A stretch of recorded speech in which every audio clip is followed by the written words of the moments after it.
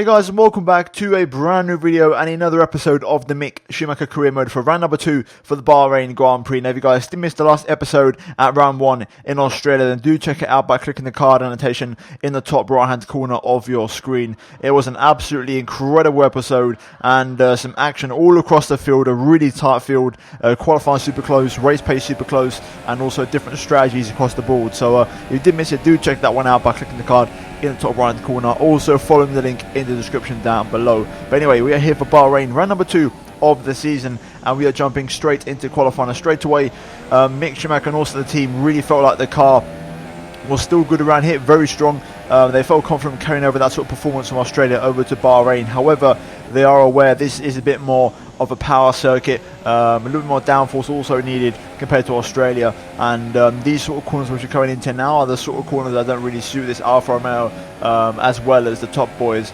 And this is a track where also a car like Porsche, for example, which has the high straight line speed by a country mile, their car is so quick in a straight line. They're going to be very strong around here. Mercedes as well. Red Bull might struggle a bit more, but you never know. There are rumours in the paddock that their engine is a lot stronger this season, and even they can compete with the top dogs. And really, it's Ferrari who are sort of struggling at the moment out of the top 4 teams to really make a challenge. So it's quite interesting and quite an interesting spread. And so far, that's been pretty good.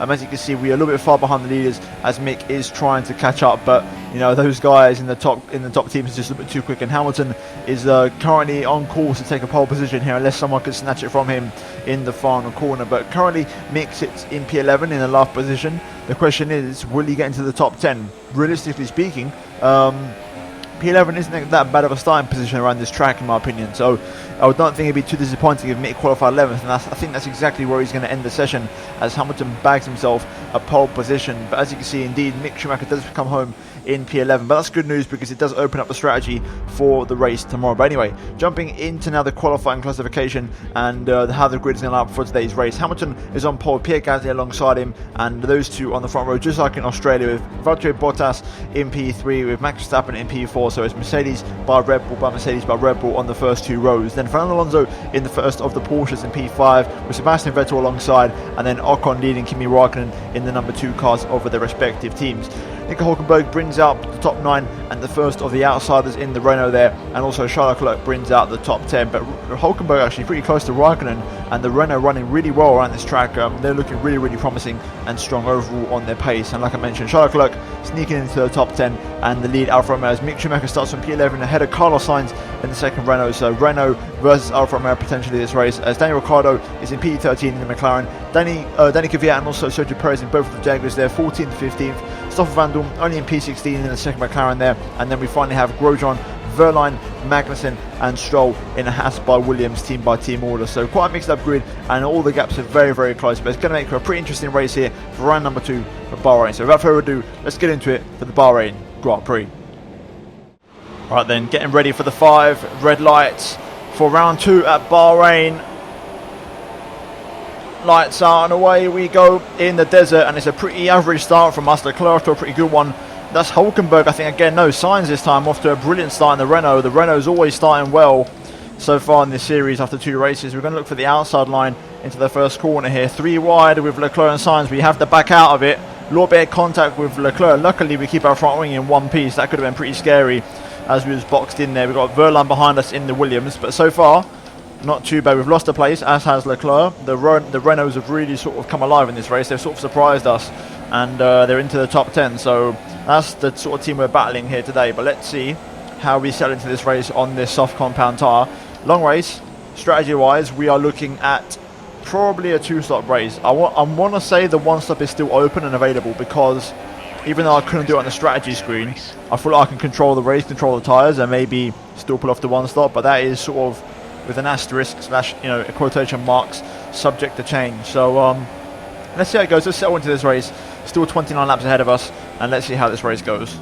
The Renaults are scrapping it out here, and Leclerc, being opportunistic, has actually gone for the move up the inside of Hülkenberg. Let's see if he pulls it off. He's late on the brakes, and he's made it work, to be fair. We're going to try and cut back underneath. A little bit too much apex there, but Leclerc looks like it might have just edged in front of Hülkenberg here. Hülkenberg still looking for the outside, which will become the inside for the next corner. And Hülkenberg just edges in front and holds on. So very close action here as we just nudged the back of my teammate. This is great action so far, though. It's definitely looking like Renault versus Saab Alfa Romeo so far this race. After 2 laps, DRS now enabled this lap, and tyre wear is actually pretty high, I'm not going to lie. Even on this soft tyre, it's pretty excruciatingly high, so tyre management is definitely going to be needed this race, and we need to be careful on the tyres. We've got a little bit of battling going on up ahead. I think it's the Ferraris and the Porsche by the look of it. Leclerc, myself, Hülkenberg are all sort of lying astern at the moment, but it's definitely looking like a 4-car scrap here for P9 and the tail end of the points. Okay, first time around with DRS enabled. We've got a yellow flag further back, someone's retired, but we're going to have DRS on our teammate who has DRS on Hülkenberg. But we are pretty close to Charles here, and I might actually go for the move because I feel like I've got the pace. Charles goes defensive a little bit, makes a little move, but it's not going to phase me as I got the inside of my teammate, and we're up into P11. Up next, Nico Hülkenberg. Let's try and hunt him down. I feel like I've got some decent pace. Also, I feel like them supersofts might be fading already. There's a massive battle going on between 4 cars up ahead here, or 3 cars, but there's a Porsche, a Renault and a Ferrari from what I can see. Yeah, both Ferraris actually scrapping out with that Porsche, so let's see if we can try and get in on that battle. Into the final corner, we're nice and close to Hülkenberg here. I definitely feel like this soft compound tyre is the better race tyre and the one you want to be on. So here we go, onto the main straight, DRS wide open, a personal best into the higher 32s. Hülkenberg goes to the inside a little bit. I want to go even more though and commit to the overtake, and they get it done before the brakes into turn 1, and that is us now into the points for the first time this weekend, and P10 for us as we now go on the hunt after Carlos Sainz, who is actually attacking a Ferrari from what I can see. So Sainz going really well here so far at Bahrain. We're just breaking away slowly from Hülkenberg, getting out of the DRS. Meanwhile, there's the tyre wear situation. The rear tyres are really getting chewed up around here and getting given a workout, so those are going to be the first ones to go. Good thing is though, as long as we've got some front tyres to not suffer too much understeer, then that'll be okay. Overall though, the race pace is pretty good, and hopefully we can go nice and deep. So far, I reckon a 1-stop is maybe possible, but the tyre wear can't be any worse than this, as we've now got cars in front here. There's a Mercedes there. I wonder if he's just come out of the pit lane. I'm not really sure. Potential early stopper there, but I wasn't really paying attention, or he's made a mistake. Either way, there's a Mercedes right in front of us now in that mix of cars. Lewis has definitely got car issues. He's not going particularly fast, and we're catching up.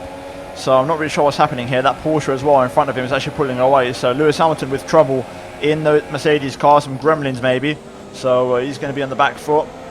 We're now right on the back of this train of cars. Does anyone actually come in? Yes, Hamilton comes in. So Hamilton's definitely got some car trouble. Either way, I was going to say, in this race, realistically you're looking at either a 2 or a 3 stop, and if we can go to the 1, then that would be fantastic for us strategy-wise. Either way, in the meantime, we've got Sainz and Sebastian here scrapping it out, getting the switchback set up beautifully. Sainz comes out a little bit wide, and we just go around the outside there. Lovely little move. I wasn't expecting it, but Sainz getting a bit out of shape out of 1 and 2, and we managed to get the opportunistic overtake done, and we're into P8 at the minute, and Vettel in front of us, that Ferrari really not going as well as I think the guys at Maranello expected it so far this season. The rumours are that for Barcelona in 2 races time there will be a big update to that Ferrari, because the pace in that car is just not there at the moment. But Vettel and Ra are going to make him do with what they can with the tools that they have at the moment. But either way, I'm not complaining. P8 on the soft compound tyre, race pace for us is way better than qualifying pace, so it seems at the moment, so I cannot complain. And so far we're looking okay as well for tyres. I mean, we're pushing the boundaries, 34 on the left rear, that's going to hurt me a little bit. I could definitely do into the 60s, which means if I can get to like lap 12 or 13, I think if I can get to lap 13, I can come in for the mediums, definitely. Even if it's lap 12, if I really have to push it and get to lap 12 and I can't go any further, I can maybe make it work. So let's see how it goes, but we're definitely looking better now for the 1-stop strategy. And Sebastian Vettel comes in, there's a couple of other cars in there as well, so it's Vettel, by the look of it, Gasly, Bottas, and also I'm guessing some other car. So we're up into P4, so making good progress. My teammate Charles Leclerc has also come in, so cars are in the pit lane, and that's now giving us some nice clean air to sort of run for a couple of laps on these tyres and try and go nice and deep on these into the race, and also try and run at a nice smooth pace and not wear these out. Got more cars in the pit lane this time around, all the 3 that were leading, Ocon, Raikkonen and Verstappen. So everybody's coming at this point. It looks like everyone's on at least a 2-stop strategy, so it's now critical that we try and go for this 1-stop to give ourselves the best choice, the best chance of cracking into that top 5 and potentially getting an outside result, and something that was not really expected. So these are the critical laps now. We have to make sure we're fast and also smooth on the tyres, no corrections, and keep it nice and tidy and nice and clean. Here Gasly with the 1 minute 30.8. We just did a 33.1 on that last lap, so there's the lap time difference. These guys are going to probably be right on the back of me, if not actually potentially overtake me before I come in, because they're that bloody quick. But right now we've got the net gap. Essentially speaking, I mean, we are the net race leader because everyone's coming in one more time, including myself. So the gap I have is the gap that I have, and I'm actually leading this race, technically speaking. But the AR's pace is going to be so bloody strong that realistically it's not going to last. But that's where the strategy comes into play for us today. Hopefully, though, we can maybe make it inside the top 5. That would be an incredible result if I could from outside the top 10. But personally, I do believe this is one of them tracks where qualifying in the top 10 in like P8, P9 or P10 isn't necessarily a good starting position. I think P11 is a much better, stronger, and overall gives you a much better race opportunity to score more points around here. It's a bit of a catch-22, so I'm much happy that I qualified in P11, because if I'd qualified in like 10th then and started on that qualifying tyre, I would have been not in this position. So that's where the beauty of the strategy comes into it around here. Oh wow, for the second race in a row, Verstappen has issues with his car. He's dominated the race in terms of his position. He's been the fastest guy, but now he's going to be under pressure from his teammate and all the cars that are behind him. So Verstappen's going to start going backwards in this race, which is good news for me as well, because that's a potential position I'm probably going to gain on him. Like I said, we're on net race strategy, so we're in the exact same position on track, and if he drops back, then I'm just going to gain time on him. So this is good news for me.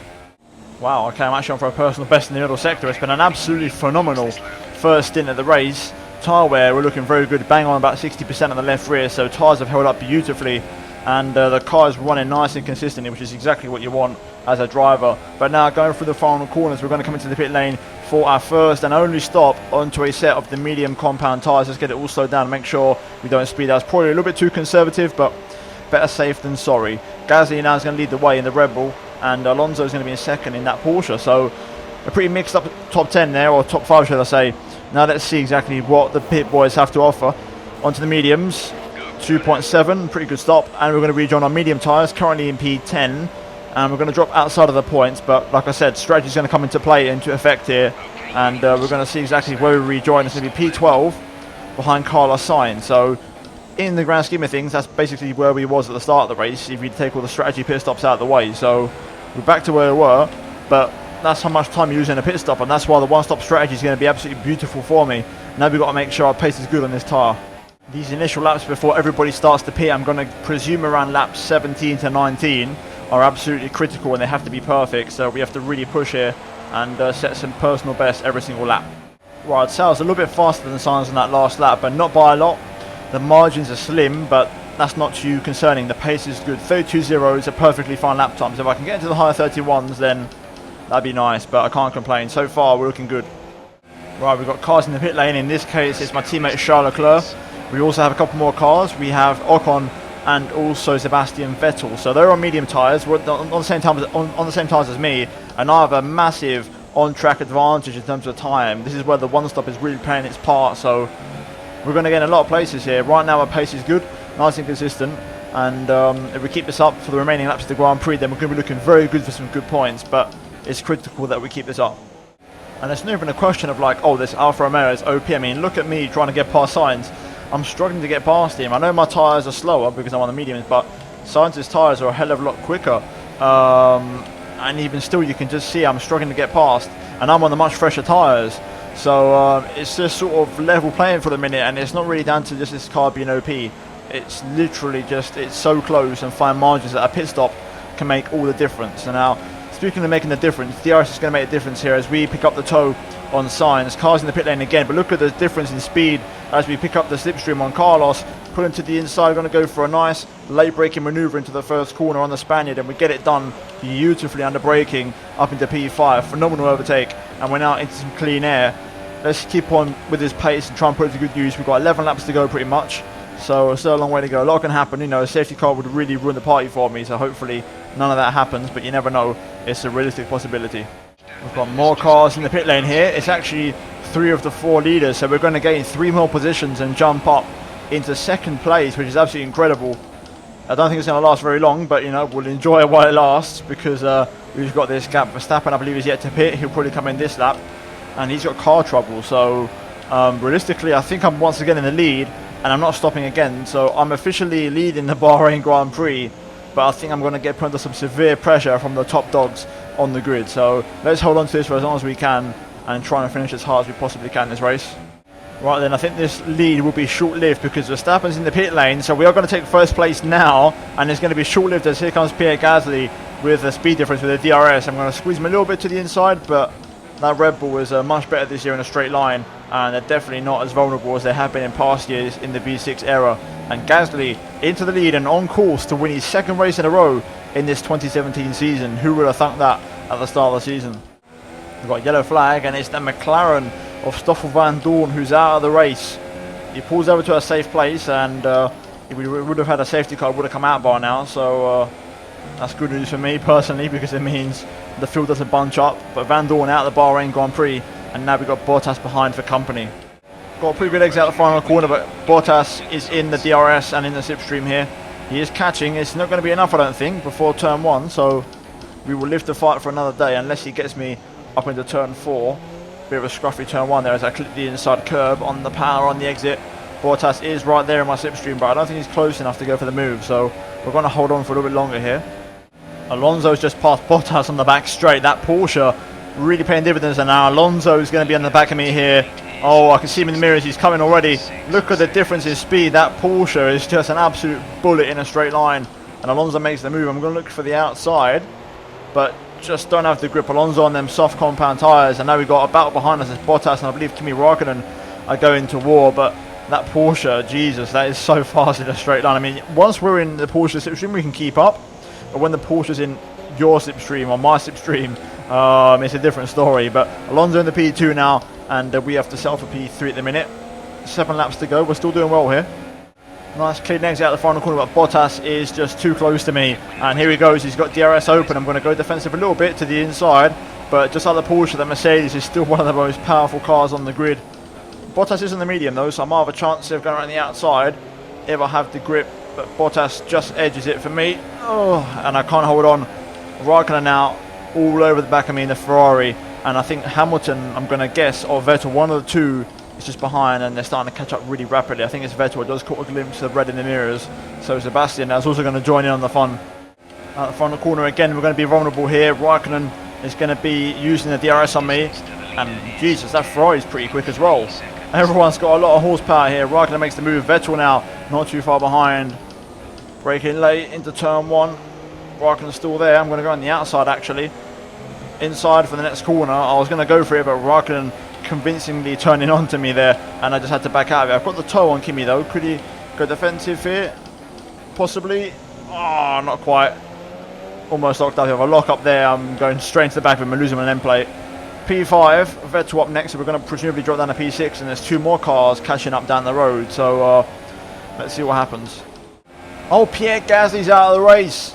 The race leader, Pierre Gasly, in the Red Bull, out of the Bahrain Grand Prix. That is absolutely huge. He's pulled over to the right-hand side, so again, no safety car it seems, because he's in a pretty safe place, but yellow flags means Vettel can't make the overtake on me, so he's got to sit behind. Now it's gone green, and Vettel's starting to catch me up, but it's going to mean I'm going to survive for a little bit longer on this straight. But we're now up into P4, and Pierre Gasly, wow, incredible. The one who dominated Australia and was dominating this race out of the Grand Prix. Red Bull definitely suffering for some reliability issues. You know, Verstappen in the first 2 races already having car trouble, and now Gasly retiring.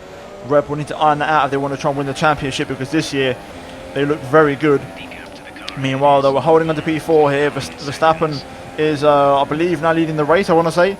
And Vettel is, as you can see behind me, still trying to find a way through. But I think Ocon and Hamilton, if I'm not mistaken, have now joined in on the party. So this isn't over yet by any means.